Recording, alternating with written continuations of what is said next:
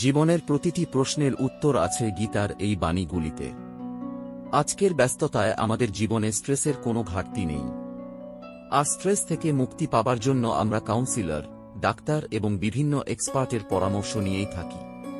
কিন্তু আপনি কি জানেন যে শ্রীমদ্ভগবদ্গীতায় এই সমস্যাগুলির সমাধান অনেক আগে থেকেই দেওয়া আছে?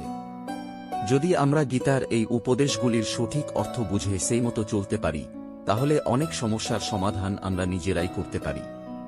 বলা হয় যে গীতার সারাংশ বুঝেছে সে জীবনের প্রকৃত অর্থ বুঝেছে।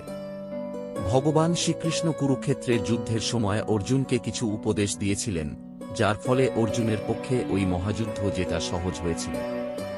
জীবনের মূল সত্য গীতার এই উপদেশগুলির মধ্যেই লুকিয়ে আছে। গীতার এই উপদেশগুলি আপনাকে জীবনে প্রেরণা যোগাবে।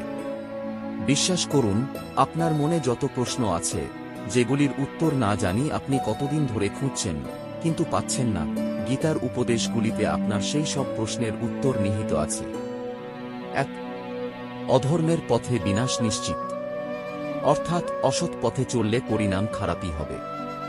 আপনি যদি মনে মনে এটা জেনে থাকেন যে আপনি যা করছেন সেটা ঠিক নয়, অস্বাভাবিক এবং অন্য কারো ক্ষতি হচ্ছে, তাহলে জীবনের শেষ পর্যায়ে এসে আপনার সাথেও খারাপ হবে, সেই জন্য খারাপ কাজ করার কথা মনেও আনা উচিত না।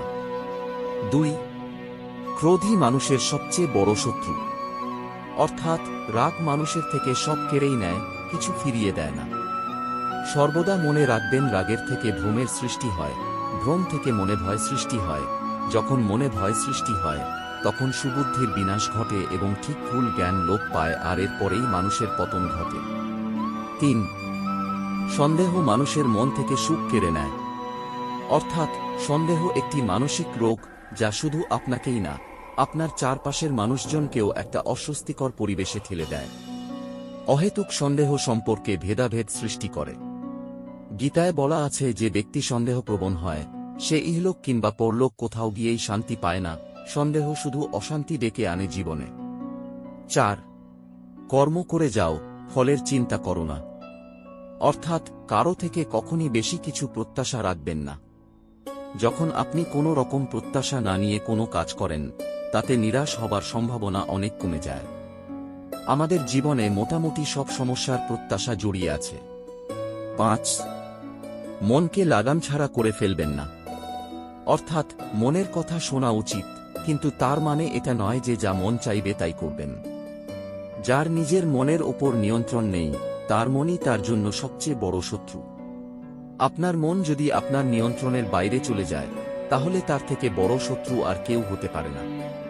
চেষ্টা করুন যাতে আপনি আপনার মনকে নিয়ন্ত্রণ করতে পারেন, উল্টোটা হলে আপনারই বিপদ। 6. কাম, ক্রোধ আর লোভ ত্যাগ করুন। অর্থাৎ কাম, ক্রোধ আর লোভ, এই তিনটি জিনিস পাকের মতো, যা সাফল্যের পথে বাধা হয়ে দাঁড়ায়। এতে একবার আটকে গেলে বেরোনো অসম্ভব। খেয়াল রাখবেন যাতে এই তিনটি বিষয় আপনার ওপর চেপে বসতে না পারে। যতটা সম্ভব নিজেকে কাম, ক্রোধ আর লোভের মায়াজাল থেকে সরিয়ে রাখার চেষ্টা করুন। 7. প্রতিটি কাজের ফল এ জন্মেই পাবেন। অর্থাৎ এই জীবনে কিছুই হারায় না এবং কোনো অভিজ্ঞতাই বৃথা যায় না। প্রতিটি ছোট বিষয়েও কিছু না কিছু শিক্ষা লুকিয়ে আছে।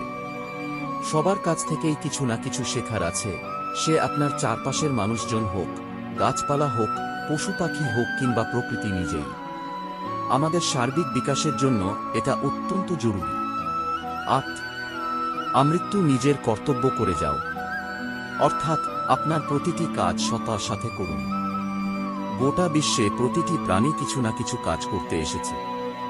সেরকম আপনারও নির্দিষ্ট কিছু কর্তব্য রয়েছে। সেই কর্তব্যের পালন পূর্ণ সততার সাথে করা উচিত। প্রতিটি মানুষ যদি নিজের নিজের কর্তব্য সততার সাথে পালন করেন, তাহলে আর কোনো ঘাটতি থাকবে না। পৃথিবী একটি সুন্দর স্থানে পরিণত হবে। 9. নিজের প্রতি বিশ্বাস হারাবে না। অর্থাৎ বিশ্বাসে মিলায় বস্তু, তর্কে বহুদূর, আদিকাল থেকে এই কথাটির প্রচলন রয়েছে। মানুষ নিজের ওপর থেকে যদি বিশ্বাস হারিয়ে ফেলে তাহলে তার পতন ঘটতে বাধ্য। তাই যেটা একবার ঠিক করবেন সেটাই করার চেষ্টা করুন, কখনোই নিজের প্রতি বিশ্বাস হারানো উচিত নয়। আমি জানি আমি পারব, এই কথাটি সব সময় নিজেকে বলুন, দেখবেন নিজের লক্ষ্যে ঠিক পৌঁছে যাবেন। 10 মৃত্যু যখন নিশ্চিত তখন শোক কিসের? অর্থাৎ এই সংসারে যার জন্ম হয়েছে তার মৃত্যুও নিশ্চিত। যে এসেছে সে একদিন না একদিন যাবেই। জীবনের এই সত্যটিকে মানতে শিখুন। এমন পরিস্থিতিতে তার জন্য শোক করে নিজের জীবন বিসর্জন দেওয়া ঠিক না। এটাই প্রকৃতির নিয়ম।